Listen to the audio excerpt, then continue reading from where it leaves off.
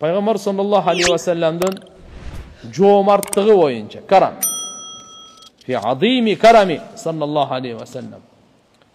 Anas radıyallahu anh aytat. Kana Resulullah sallallahu aleyhi ve sellem ahsanan nas ve acvadan nas ve aşja'an nas. Ravahu Şeyhan. Bukhari'de, Müslim'de ekon öten gelet. Peygamber sallallahu aleyhi ve sellem adamlardan en çıraylısı ile, en jomart berişen ile, en batır ile. Peygamber sallallahu aleyhi ve sellem münözü dağı, süreti dağı, manevi jaktan dağı, içki dünyası dağı, sıfatı dağı en çıraylı ile. Jana Peygamberimiz berişen ile. Jürögü batır ile. Adamlardan en batır. Jana acvadun nas ve anfahum linnas. Adamlarga en көп пайда жеткирүүчү ele. Peygamber sallallahu aleyhi ve sellem bireşendүүлүгүн жолдору толтура экен да. Биринчиси Аллахтын жолунда сарптаган боюнча. Экинчиси бейбечараларга, кембагалдарга, муктаждарга, жесирлерге сарптаган боюнча. Үчүнчүсү динге тартууда, жүрөгүн алып, көңүл алууда, ошолорго бирешендирүүгө. Müslim şerifte gelet Anas radıyallahu anh'da rivayet ma suila Rasulullah sallallahu aleyhi ve sellem şey'en illa a'tahu. Peygamberimizden emne soralsaçı beretele de. Emne sorasanı beretele. Faca'a raculun ve huve Saffan ibn Umayya. Bir kişi geldir Saffan ibn Umayya degen. Fa'atahu ganaman bayna jabalayn. Ağa iki toğun ortasındaki bir koktun koydun bargın beri veriptire. Bir kok. Bu şeyle. İki toğun ortasında koktan. Faraca ila kavmihi. O kavmuna gelip aytti. Ya kavmi aslimu. Fa inne Muhammadan yu'ti ata men la yakhaful fakr. Men la yakhaful fakr. İslam'ı kabul kılınlar. Ey menin elim dedi. Muhammed uşunday beret eken, jakırçılıktan korkpay beret eken dedi. Bersem ertegen men kembagal bolup kalam, jakır bolup kalam, kolunda eşteke kalbaya kalat dep, andan korkpaydı eken deydi. Özünü Peygamberimiz öte az işledi. Bирок берешендүүлүгүнө Allahu akbar. Hunayn'de kança degenlerdi berdi. Bir kişiye 100 öden bergen günler oldu. Malik ibn Avf'a berip Saffan ibn Umayya oşonun özüne aytat da Peygamberimiz ayva jek көрчү да болчу. Анан Peygamber sallallahu aleyhi ve sellem bергенден кийин эң жакшы көрүп калдым дейт го. Бергенде жакшы көрөт да баарына, я. Эң жакшы көрүп калдым дейт. Өзү вообще Saffan aytat tafa ma'ahu. Peygamber sallallahu aleyhi ve sellem tegereniп atasaffahul ganaim deyt. Oşo koylordu mында изилдеп внимательно карап жүргөн экен да.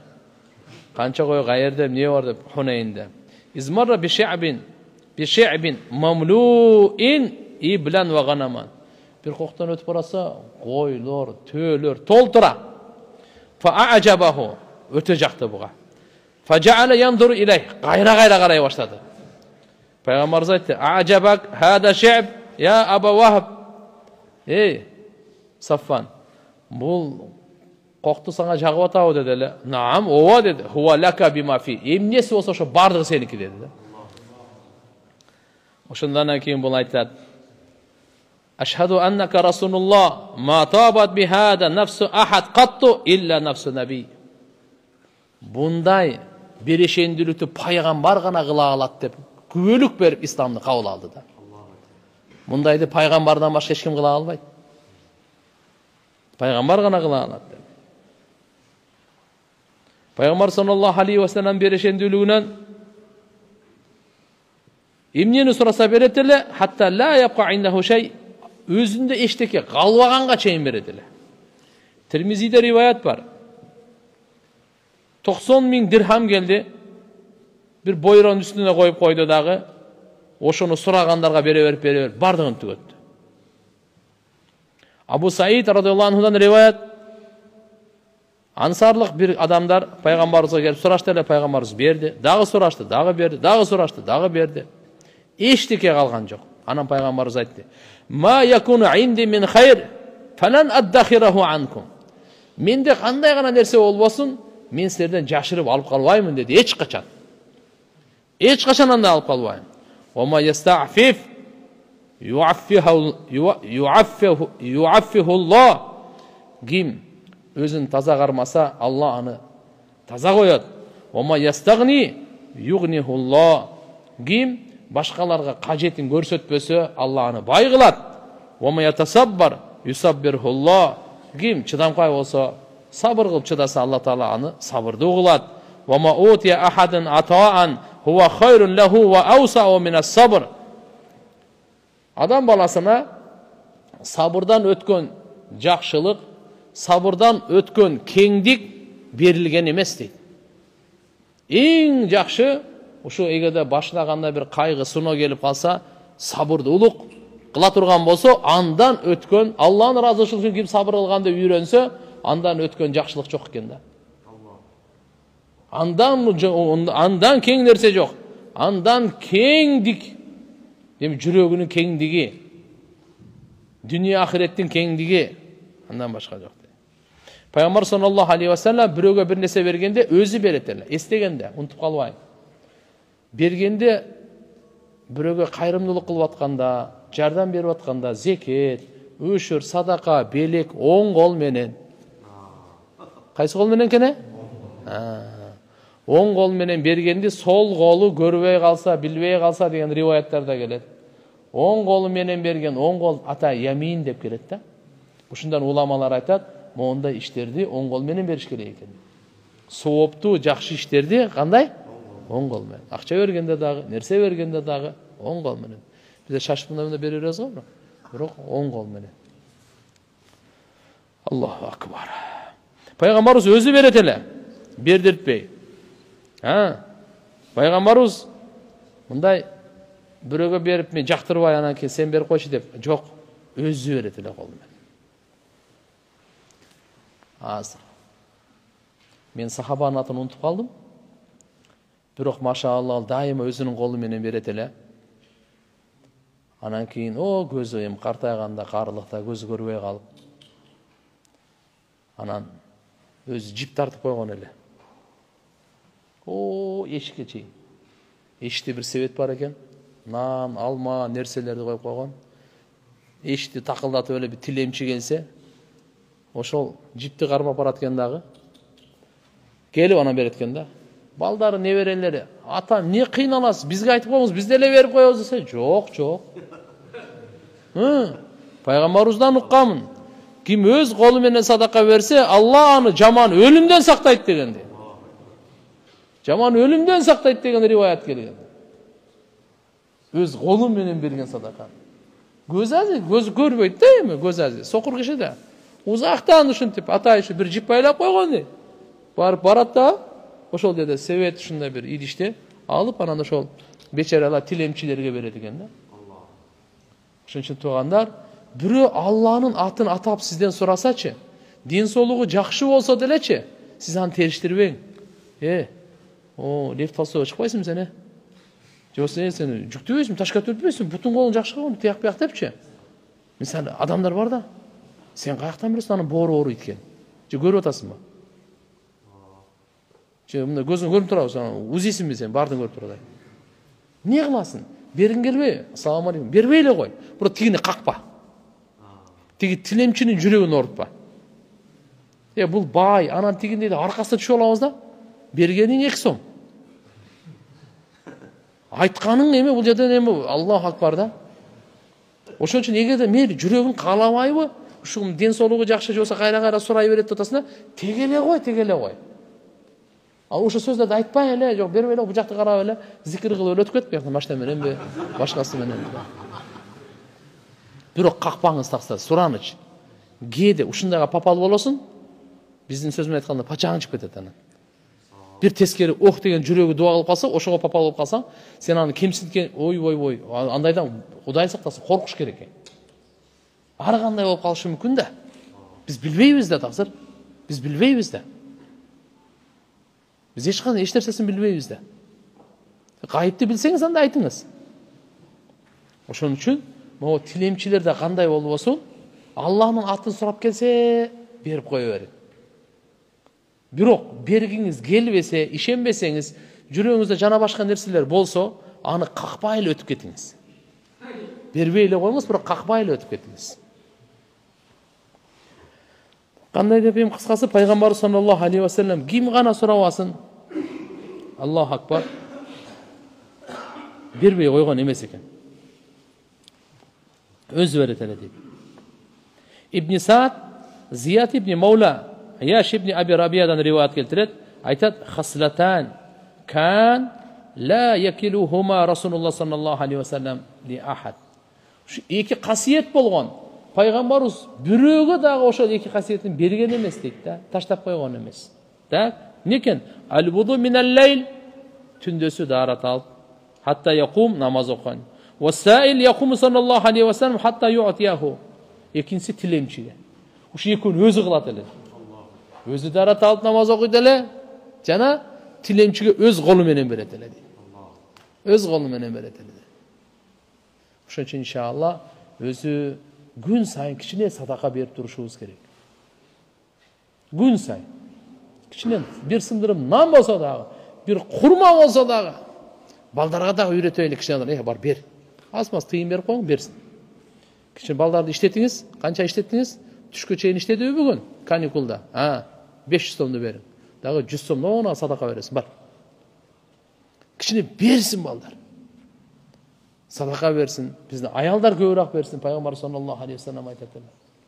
Ал сөзсүз эле тыйын эмес, нандан бергиле, нерседен бергиле, эскирген кийимдер бар, айнадан бергиле. Эмне кыласың карабам? Бут кийимдер бар, бала чака. Сиздин эскиңиз башка бирөөгө жаңы. Пайгамбар саллаллаху алейхи ва саллям Айшеңизге айткан: "Айша, кийим жыртылмайынча башка кийим кийбе" деп. Bizde azı jamak giygende uyat деп bilip kaldık, ha? Azı çılangaçlarda uyat debeybiz. Afiristlerde uyat debeybiz. Maşenliklerde uyat debeybiz. Eldi jamandap çıkkanlar, el buzarları uyat emez. Bugün kişine uşunda eski giyip kalsa uyat bolup kaladı. Jamak giy. Hazreti Umar halifa olup durup бүткүл dünyаны кармап турган. Müslümandардын amiri olup. 14 жерде, bir rivayatta 17 жерде жамагы бар эле кийиминин. 17 жерде жамагы, бирөөсү териден жамак. Материалдан эмес. Материал жок болсо гана, териден эле. Болмаса ойлобоңуз жок эле депчи, тыйын жок эле деп. Кырманды көргөнсүздөрбү? Жүгөрүлөрдү көргөнсүздөрбү? Үйүп коет эле, Алтын монеталар ушунда үйүлүп турчу эле. Алтын монеталар. О сейфинде эмес, кырманда. Жоктой бу бардыгынан кылбай эле турган эмес ал. Кандай эле мына? Айтат эле. Элим курса тоймоюнча мен тойбойм дейт эле мына. Элим кийими бүтүн болмоюнча мен бүтүн кийбейм дейт эле. Алла Таала ошого жараша жардам берди. Аллаху акбар, кандай болуп кетти? Азыр 14 кылымдан бери Hazreti Umar'da айтабыз го. Андан бери канча батыш өттү, бирөөнү айткан эстелер эле жок. Ким деген ким бар? Кимиси эсте бар? 14 кылымдан кийин мен эле эмес да азырчы. 14 кылым миллиард адам аны эстеп келатат. Ушундай жашады, ахиреттерин ушундай курду. Суктана турган кылдышты. Биз да аларга узакта болсо дагы кичине 1% жакындашайлы. 1% окшошойлу. Hazreti Umar'дын ушундай ниетинин берекесинен Алла ушундай берди. Жалпы мусулманда дүйнөдө бирөө да зекет алган киши калган эмес. Өзү чын-чындап келгенде бизди Алла жаратты. Оңолуубузду дагы, бузулганыбызды Алла Таала билет. Кайсы нерседен бузулуп кетебиз, аны дагы билет. Кайсы нерседен оңолобуз, буну дагы билет. Кур'андын жолдомосу жалгыз түбөлүктүү нуска. Адамдын оңолуусу, коомчулуктун оңолуусун эки сөз менен эле айтып койгон. Акимус-сала ва атуз-зака. Намазды тургузгула зекет бергиле. Намазды кандай Алла буйрганда окуй турган болсок өзүбүз оңолобуз. Зекетти Алла Тааладан коркуп бере турган болсокчу, эл оңолот. Коомчулук оңолот. Бардыгы оңолот. Бишкектин байлары бүгүн зекет бере турган болсо, Кыргызстанда жакыр калбайт. Кыргызстан боюнча жакыр калбайт. Курсак ачка, операцияга муктаж калбайт. Эгерде Бишкектин эле байлары зекетин бере турган болсо. 40 миллион доллары бар экен бирөөнүн. Миллион доллар зекет? 39 миллион бар ғой. 400 миллион доллары бар. 10 миллион доллар зекет? Билесизби эмне болуп кетет бул жакта? Алла субханаху ва таала ушундай бир ортобуздагы бири-бирибизге болгон кайрымдуулук Алла Таала буга муктаж эмес, ошону фарыз кылып койгон да. Азыр 249 миң сом кимдин мойнунда, кимдин акчасы болсо 249 миң сом. Ага зекет фарыз. Ага зекет эмне? Фарыз. 249 миң жерде барында бар эми жердечи. Барында бар. Күлүп отурбайбы? 249 деген канча доллар болуп калат? Я. 3 миңби? 3 миң доллар. Чай ичип атышпайбы мына? Просто биз ушуну ибадат катары билбейбиз. Биз берелекпиз. Мына маданиятты жандандырышыбыз керек. Эң биринчи сиз молдого, мечитке, имамга эмес, өзүңүздүн туугандарыңыздан баштаңыз. Бир айтса эле сразу молдо бул жака намек кылып урууда окшойт дейт. Туугандар, Аллаху акбар. Ысык көлдүн байлары, Ысык көлгө бергиле. Баткендин байлары, Баткенге бергиле. Динибизде ошондой. Ар бир айылда, ар бир районда азыр байлар бар. Ар бир районда жокпу? Кудай кааласа иншалла ушуну биз максаттуу эле берип, туура кете турган болсок, Кудайым Алланын тарабынан башкача береке берет. Зекет деген сөз бар го, закат. Бул мындай. Өсүү, көбөйүү деген сөз. Закаттын бир мааниси тазалануу деген сөз. Сиз 40 миң долларыңыз бар эле, 40 миң долларыңыз бар, 1000 доллар зекетке чыгардыңыз. 39-у таптаза болду да. 39-у таптаза болду. Кирдин барчы кетпей. Так. Сиз 40 миң доллардан 1000 доллар бердиңиз эле, көзүңүз айтып атат, азайды, 1000 долларга азайды, 39 миң болуп калды, капы зорго тапкан элем деп. Алла айтып атат. Я мухакуллаха риба ва юрбис садакат. Сен зекетиңи, садакаңы көбөйтөт. Пайгамбарыбыз айтып атат. Аллага ант ичип айтам, зекеттен мал эч качан азайбайт. Садакадан мал эч качан азайбайт. Касам ичип айтам дейт. Сааттап келип, эмне болду? Чын деп атат, намаз окуп калдым. Жарым саат барбы? Чөдүм мен. Мен кеттик анда.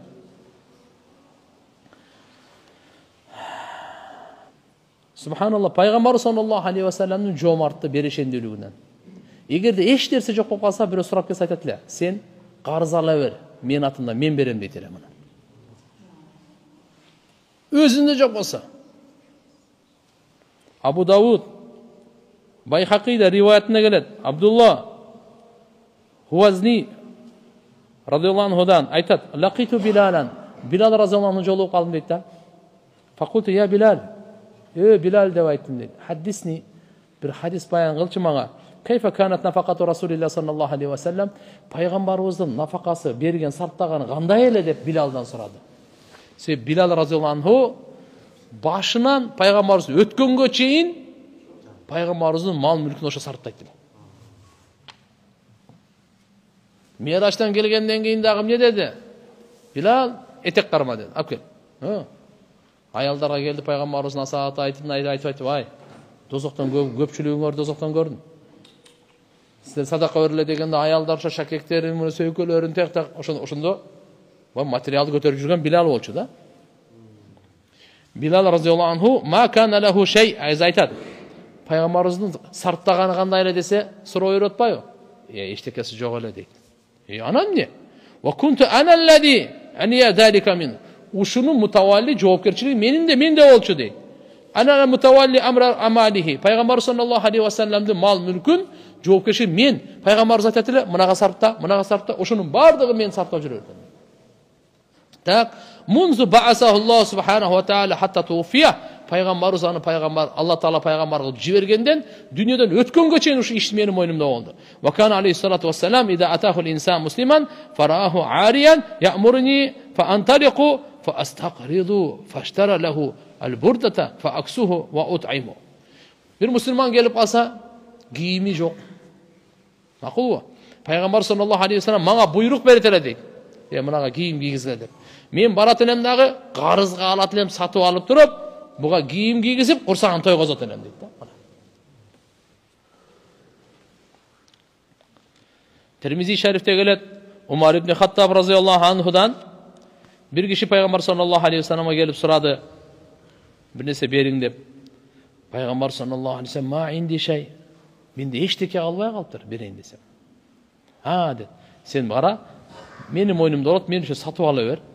Anan keyin fa iza ja'ani şey qadaytuhu. Bir nese kılda kalsa, bir nese gelip kalsa men ona төлөp koyam dedi. Faqala Umar aytdı. Qad aytaytuhu. Ya Resulallah siz ağa berdiniz o. Azır hem жоқ bolsa ne kılasın onu qarız alıp anan keyin bere ver men keyin qarızını töleyin dep. Fama kallafakallah.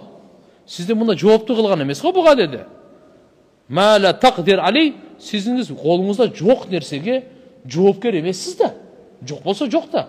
Anı bundan alıp anan ağa qarız bolganda men keyin töleyim dep Hazreti Umar aytkanda uşu sözünde Peygamberimiz açılanıp ketdi. Peygamber sallallahu aleyhi ve sellem kavla Umar açılanıp ketdi. Faqala racul minel ansar. Ansarlardan da bir kişi var ile bir sahaba alaytdı. Ya Resulallah anfiq ve la takhaf min zel celal min dil arşi iqlalan dedi. O Allah'ın elçisi sartay veriniz. Vapşe korkmayınız. Allah'ın aldığında kembagalçılıktan korkmay sartay verin deydi. Peygamberimiz anın sözünü okup gülüverdi. Maşallah azamat eken go. Şundayam bar eken go dep. Ya. Peygamberimiz fatabassama Resulullah sallallahu aleyhi ve sellem ve urifa fi vejhil al-beşr bi kavlil ansari sümme kalu ve bihaza umirtu. Oşol ansarlık kişinin sözünün Peygamberimizin yüzüne şunda bir jılmayı kuanıç geldi da garan aytdı. Men uşuğa buyurulgamın da özü dedi. O bidalika umirtu. Ha ol bolsa maşallah Hazreti Umar'dın sözüne açılanıp ketdile. Ansari aytıp koydu sırazı ele. Ya Resulallah anfiq ve la takhaf. Sarttağınız ya Resulallah. Korkmay sarttağınız bulacağın depçi. Mına ki Peygamber sallallahu aleyhi ve sellem Tirmizi şerifte gelet Cabir radıyallahu anhu'dan ma su'ila Resulullah sallallahu aleyhi ve sellem şey'en qattu faqala la. Peygamberimiz Muhammed aleyhisselamdan emne gana soralınmasın жоқ dep aytkan emes hiç kaçan deydi. La degen Araplar жоқ degen söz da. Жоқ dep aytkan emes eken Peygamberimiz ömüründe. Bu la жоқ dep bir gana taşahhud at-tahiyat okuyuz go, oşonda aytkan eken aşhadu an la ilahe illallah. Bir Allah'dan başka Huday жоқ dep, жоқ degen söz o şerde la aytkan deydi. Alımdarımız maşallah bu gana neme kılıp. Qanday bolbosun Peygamber sallallahu aleyhi ve sellem öte bereşenele İbn Abbas'tan rivayet gelet. Ve kana ajada ma yakunu fi Ramazan. Özgöçe Ramazan ayda iyi estegende bugün Cuma'nın ahirinin birinci günü olup kaldı. Ramazan ayda Peygamberimizin bereşendiliği güçöyeteli. Başka aylarda da bereşeneli. Ramazan ayda ne olateli? Güçöyeteli. Hina yalqahu Cebrail. Cebrail perişte gelgende ve kana Cebrail yalqa fi kulli leyla min Ramazan. Her tünü geleteli. Çoğu savak kılateli. Fala Resulullah sallallahu aleyhi ve sellem ecvadun nas bil hayr min er-rihil mursala. Allah.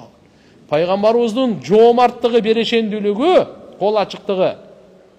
Ona katı şamal var go, andan da katıgırak jara paydalırak jakşırak ele deydi da. Bereşendilikte Peygamberimizge teң kişi bolgon emes, zat bolgon emes. Peygamber sallallahu aleyhi ve sellem daja özü dagı, übülesi dagı kede bir tüngö dagı, ertenki güngö dagı azık kalbay kalat ele, oşonun dagı beri üretele deydi.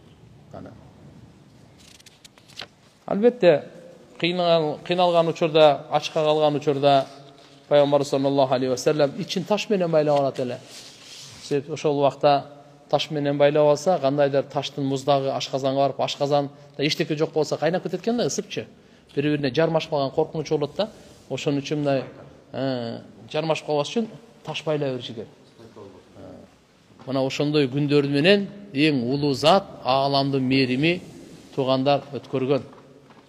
Ошон үчүн иншалла карап туруп, дайыма айтабыз. Аллаху акбар, пайгамбар саллаллаху алейхи ва саллям 2 күн катар курсагы тойгон эмес. Биз бүгүн ашказандын эле гамын жеп калдык.